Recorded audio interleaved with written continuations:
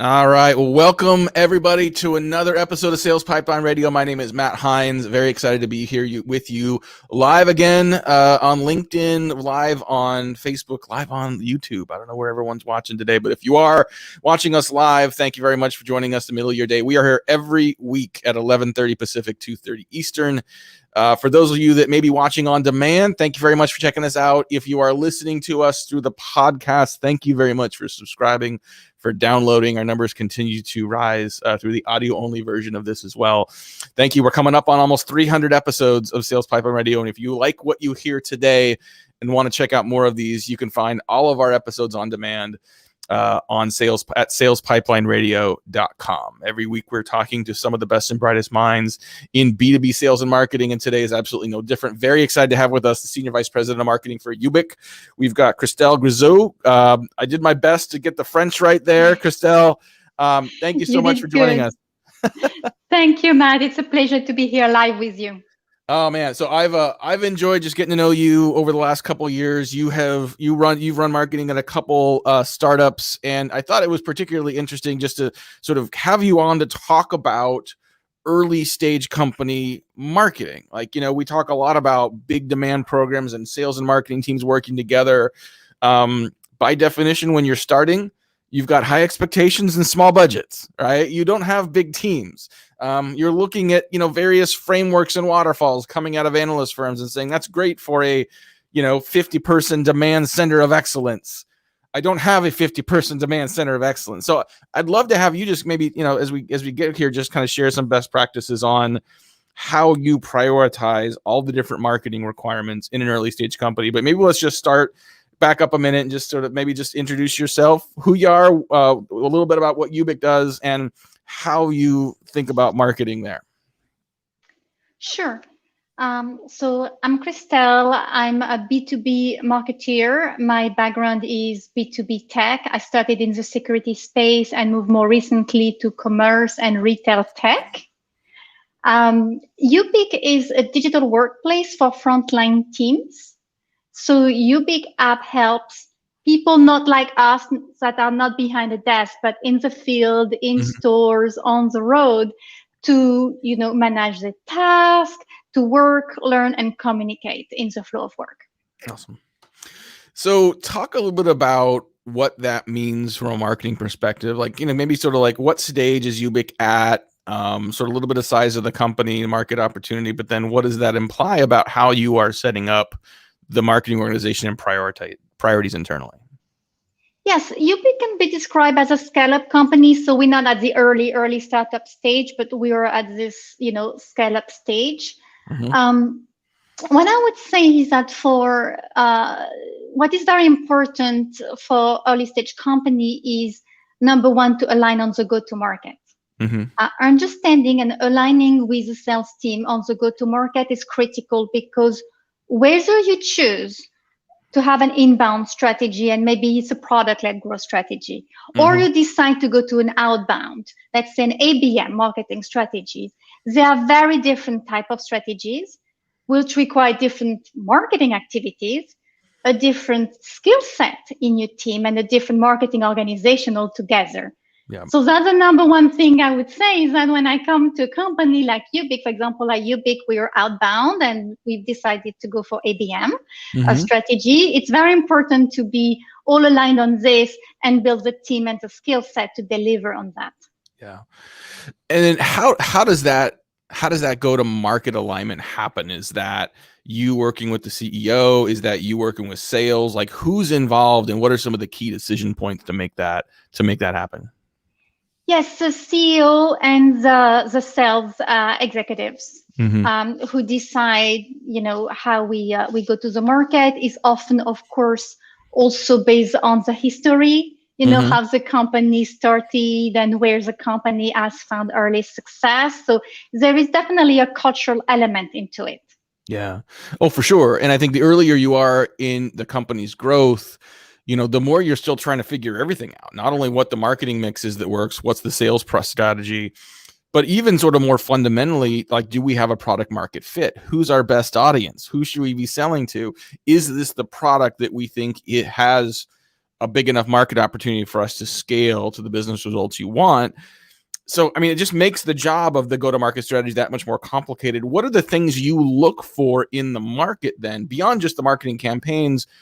How do you start to build more internal confidence that you're on the right track, that you're selling, not just seeing marketing success, but getting the right product to market and have a scalable future? Yes, and that's where alignment with sales comes into place and very important. I really pay a lot of attention on sales feedback, the sales teams. For example, recently, after joining, we worked a lot on the messaging, on the buyer personas. And then we go to sales and they've tested new deck and they've tested the messaging, even BDR into cadences. And then they say, oh, yes, it resonates.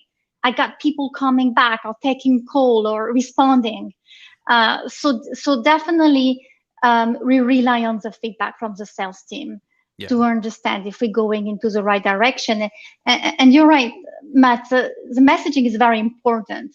And especially in small company, we often come from the product, right? We are often very, very product driven. And one of the exercise is to elevate the pitch from product and feature to solution selling. Because we all know that unless you are in a highly commoditized market, buyers don't buy products, they buy solution to pain points. So that's one of the key priority as well in this early stage company to really try to frame. Well, you all customers are ultimately buying an outcome, right? You're not buying the drill. You want a hole, right? You're trying to do what the drill does. That's what you value.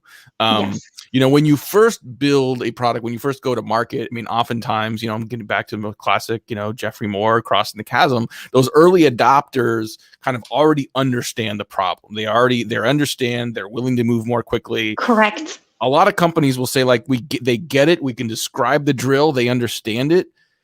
What are some keys to making that transition to customers that may not yet understand the problem, may have it, but either don't understand it or haven't quantified it? And that can be a dramatic shift, not only in terms of who you're selling to, but how the whole company goes to market. How sales talks about the product, how the product team is building and messaging within the product itself. How do companies successfully make that change? Yeah, this is when really the market education starts, right? As you say, the early adopter at the beginning, you can speak product because they understand, they get it. But then when you have to broaden your reach, you have to educate the market. So that means awareness activity, working with influencers, analysts, and all these type of activities to educate the market, and sometimes even to create a new category. Sometimes it's a new paradigm, it's a new solution to an existing problem. So that's where the market education starts. We've already covered a lot of ground here. Joining us today on Sales Pipeline Radio, Christel Grizaut. She's the Senior Vice President of Marketing at isubiq. And, you started with the company beginning of this year. So you've been there all of 5 months, which is still sort of early stage, still learning and growing. When you join as head of marketing at a startup, there are a million things to do. And I'm guessing that in the first few days, you've got a bunch of people that come to you say, thank goodness you're here. Here's all the things we need done. So, you're your first weekend and you've got the work of like 7 people on your plate. How do you decide where to prioritize in a new role like that? And B, it's a 2-part question. There's B, like, how do you then communicate those priorities back out to people that may not get their stuff on the initial list? No, you're right. So setting the right expectation is always very important. So at the beginning, when you start, it feels like herding cats. You're like all over the place. And then it's always a balancing act. There are things that require immediate action. You never have the luxury to say, hey, I'm going to take 3 months to do an audit and to create the most beautiful marketing plan. And no, you don't have this luxury. So you balance what requires immediate action. But you cannot only do the actions, because otherwise you don't build for the future. So you have to start to build programs, right? Scalable, because that's what will bring the predictable pipeline. If you only action based, then you're only reactive. So you start building programs, dimensions. So once you understand you go to market, for example, ABM in my current company, then you start building the playbook from ABM and communicate the playbook to your company and say, this is how we're going to work together and make it happen. Yeah. So that's what you do. And then building the team is a critical element. It's something I have learned the hard way in previous experience. Is there is so much you can do yourself. Yeah. And in small organization, you have limited resource. Every resource count. If someone is not delivering, it's a big hole. There is no backup. You don't have people of 2-3 teams for PR, for this and for that. Right. You usually have one person doing 2 or 3 jobs. Yep. So the recruitment, building, bringing the right people on board is important. And to that point, I want to say that sometimes I think a common mistake I see is hiring junior resources in startup environment. And it's hard because you need people who have the playbook, who can build the framework. So it's better, in my opinion, to hire more senior resources to build the framework than junior resources. Love it. Well, you've got people on your team who are watching. Caroline says hello. She's chimed in and sort of has a little wave for you there. Yes. I was going to ask you about what are some of the attributes of marketing teams at early stages. Like, what are some of the skill sets? What are some of the just work habits that you expect? Because you really are still trying to figure out the go-to-market plan. You're not scaling. You're really building and inventing and discovering.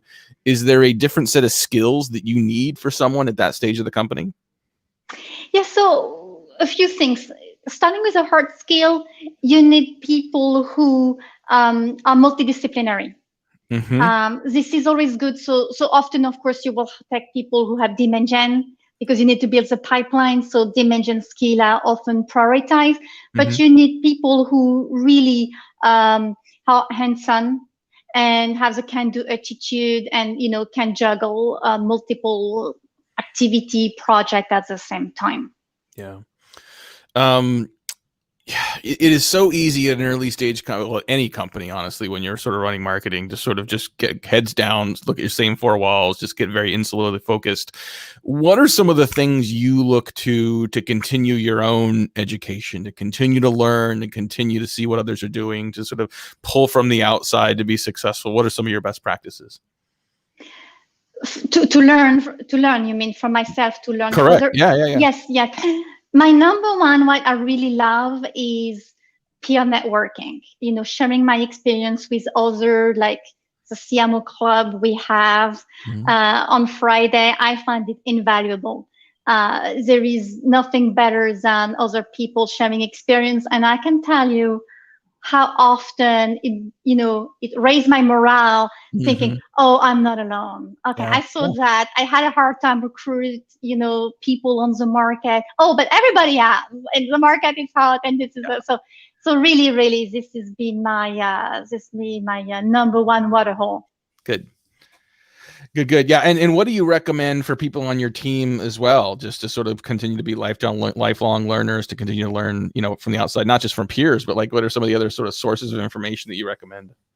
Yeah, so there are vendor events, conferences. I always encourage my team to listen. So like we had I think like 6 Sense organized an ABM hackathon. That was very good. I sent to all my team responsible for ABM, say you need to watch this. And then of course there are other sources like Serious Decision in the sales and marketing industry. They have really good models. So we look at this type of industry resources and vendor resources. Love it. Well, this has been great. I didn't want to take a ton of your time today, but thank you so much for joining us today. Christel Grizaut, who's the Senior Vice President of Marketing for isubiq. Thanks for joining us on Sales Pipeline Radio today. Thanks, Mike. Pleasure as always. Awesome. Thanks everyone for watching and listening. Appreciate you being here. We will see you next week, 11:30 Pacific, 2:30 Eastern. Until then, my name is Matt Heinz. We'll see you next week on Sales Pipeline Radio.